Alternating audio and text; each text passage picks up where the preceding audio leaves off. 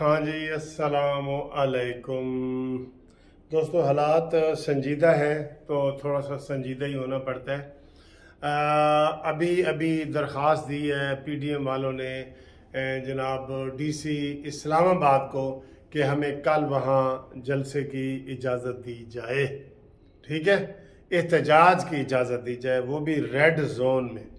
एक तो दफ़ा 144 पूरे इस्लामाबाद में लगा है, तो दूसरा ये है कि जनाब जो ख़ास एरिया है, जो रेड जोन है, बिल्कुल सुप्रीम कोर्ट का, पार्लियामेंट का, कौमी असम्बली, ये सारे जो है ना रेड जोन में आते हैं। ठीक है, तो इनमें कभी इजाज़त बिल्कुल नहीं होती। इजाज़तें होती नहीं, वैसे की जाते हैं, इजाज़तें नहीं होती। तो इजाज़त कल सुप्रीम कोर्ट ने डीसी को बुला के मना कर दिया था कि ये आपकी जिम्मेदारी है, हम आपको मना कर रहे हैं कि आपने इजाज़त नहीं देनी।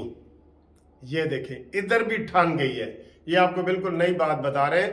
कल अता बंदयाल साहब ने जो डीसी इस्लामाबाद को बुलाया था, उसको कहा था कि ये आपकी जिम्मेदारी है, हम आपको बता रहे हैं, आपने यहाँ एहतजाज या धरने की इजाज़त नहीं देनी।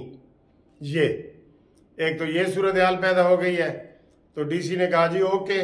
डीसी आगे से क्या कह सकता है। अब अभी तक ये इन्होंने दफ़ा 144 ख़त्म नहीं की। ये भी देख लें, इसमें भी सुस्ती की इंतहा है।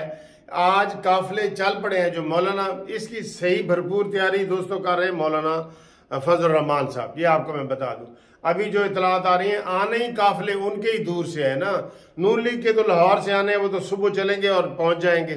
ठीक है, नून लीग भी तैयारियां कर रही है, लेकिन जो काफिले बलूचिस्तान से या सिंध से मौलाना साहब के आने हैं, मौलाना फजल रहमान के, जमीयत उलमा इस्लाम के, वो काफिले अब इस वक्त चल रहे हैं और वो चल पड़े हैं।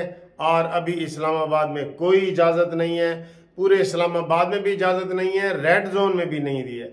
अभी जो एप्लीकेशन दी है नून लीग वालों ने दी है, तो उसके ऊपर भी बहस हो रही है। क्या हो रही है भला, बहस क्या हो रही है कि जी उस पर लिखा गया है हमें एहतजाज की इजाज़त दी जाए। ठीक, जबकि मौलाना फजल रहमान ने कहा जी कि हम वहां पे धरना देंगे बंदयाल के इस्तीफे तक। शुरू से ही मौलाना साहब एक स्टेप आगे ही जा रहे हैं। ठीक है, सही जा रहे हैं, एक स्टेप आगे जा रहे हैं और सही जा रहे हैं। मौलाना साहब ने कह दिया था कि हम उधर धरना देंगे और धरना हम देंगे जब तक बंदयाल इस्तीफा नहीं देता। ये मुतालबा होगा मेन, जब तक बंदयाल इस्तीफा नहीं देता, पार्लियामेंट को सुपर नहीं मानता, पार्लियामेंट को मां नहीं मानता, हम वहां बैठेंगे। लेकिन नून लीग वाले कह रहे हैं जी कि वहां पे हमने धरना नहीं देना, हमने सिर्फ एहतजाज करना है। पीपल्स पार्टी वाले भी यही कह रहे हैं कि हमने जी एहतजाज करना है। दोस्तों, ये चीजें हैं ना, फिर आप इससे डिस्करेज होते हैं, लेकिन आपको बतानी तो होती हैं आपको। तो ये सूरत हाल है, काफिले चल पड़े हैं, रात को वहां वो पहुंचना शुरू हो जाएंगे। मौलाना फजल रहमान ने कहा है जी कि दिन के टाइम में औकात, सुबह के टाइम हम ये सारा प्रोग्राम करेंगे। अब धरने और एहतजाज में भी फर्क हो रहा है और जो एप्लीकेशन है उसमें भी फर्क है। अभी तक इजाज़त नहीं मिली। अब इसकी क्या सूरत हाल बनती है ये है।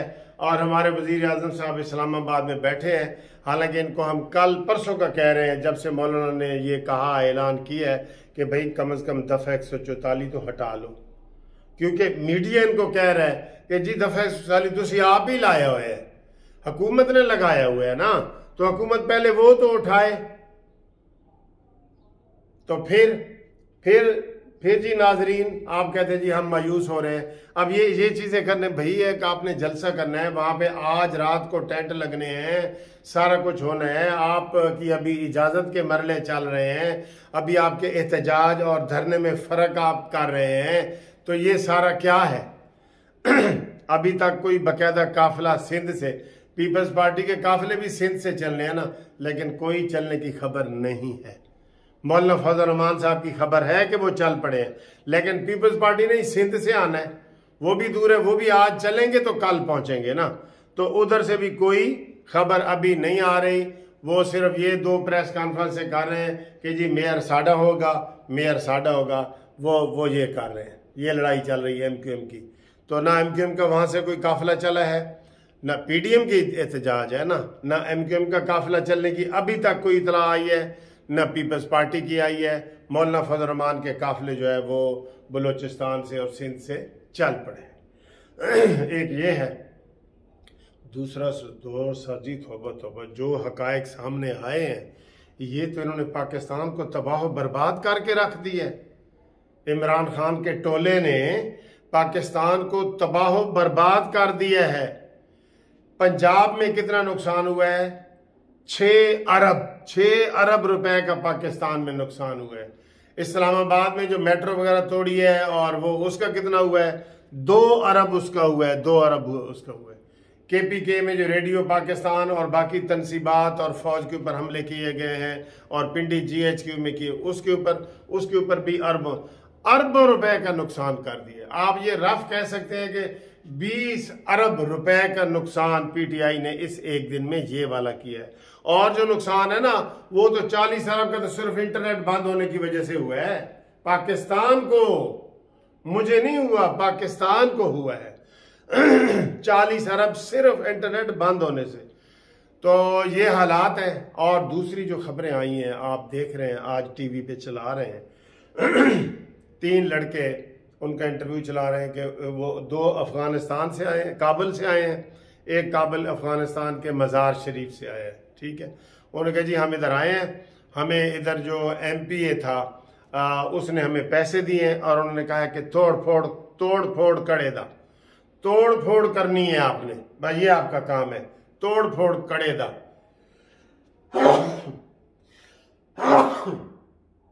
अल्हम्दुलिल्लाह, वो तोड़ फोड़ करनी है जी सिर्फ आपने। तो उनके बयान आ रहे हैं कि हमें जी MPA ने पैसे दिए हैं, तोड़ फोड़ करनी है। इससे आप अंदाजा लगा लें ये बिल्कुल प्री प्लान था और इससे हुकूमत बहुत संजीदा नजर आ रही है, हुकूमत बहुत संजीदा नजर आ रही है। और हुकूमत ने कहा है कि जनाब हम अब इसको किसी को नहीं छोड़ेंगे। निगरान हुकूमत ने भी कहा है और आसिम मुनीर साहब ने जो चीफ ऑफ आर्मी स्टाफ है उन्होंने भी कहा है कि हम किसी को नहीं छोड़ेंगे। ठीक है, ये सूरत हाल पैदा हो गई है। और इसके अलावा जो सूरत हाल है, इसके अलावा ये ख़तरनाक सूरत हाल है। आज अभी जो महमूद रशीद को गिरफ़्तार किया है, जो साबिक वज़ीर है इमरान खान के डिफेंस से, उनकी भी अजीब कहानी सामने आई है। उनको तो 302 में गिरफ़्तार किया है ना, वो बंदे जो फायरिंग करके उन्होंने मारे हैं। ठीक है, तो उसमें गिरफ़्तार किया गया है। तो 2 दिन से वो ये इमरान खान को रिक्वेस्ट कर रहे थे कि मेरे ऊपर घर पे पुलिस छापे मार रही है तो मुझे आप ज़मान पार्क में जगह दें, बिठाने की जगह दें। तो उन्होंने कहा कि इमरान खान ने कि नहीं, ज़मान पार्क में आप लोग नहीं आ सकते, जिनके ऊपर भी FIR हुई हैं वो ज़मान पार्क में ना आए, अगर आप आएंगे तो मेरे ऊपर छापा होगा, लिहाजा अपनी खुद ही भुगतो।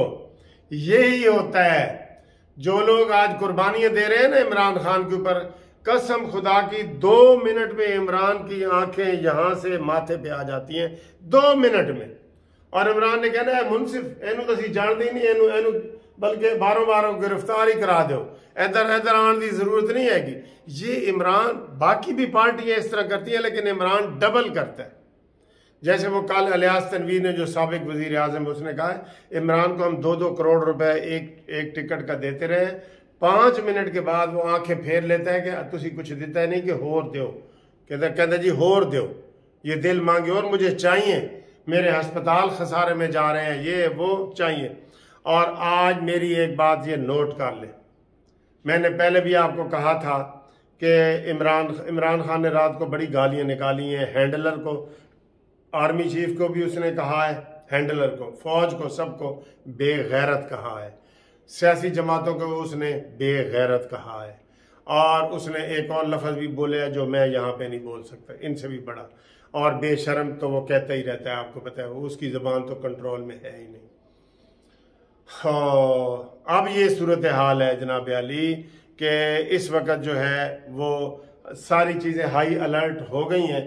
तो मुझे एक बड़ी ज़रूरी एक चीज़ याद आ रही थी तो वो मुझे समझ नहीं आई। अब आज क्या एक और क्या हो रहा है कि आज शाम को अता बंदयाल साहब भी कोई बैठक लगाने वाले हैं, उड़ती उड़ती जो अफवाहें हैं, तो जिसमें वो आर्डर करेंगे कि मुझे तहफ़्फ़ुज़ दिया जाए, जो आइन का आर्टिकल है जिसके तहत मैं 245 के तहत मैं फ़ौज बुला सकता हूँ, फ़ौज, तो मुझे फ़ौज तहफ़्फ़ुज़ के लिए दी जाए। ठीक है, तो ये सूरत हाल है। पुलिस रेंजर्स का तो वो नहीं, उसने फ़ौज बुलाने का हुक्म जारी करना है आज रात, वो एक्सपेक्टेड है आज रात।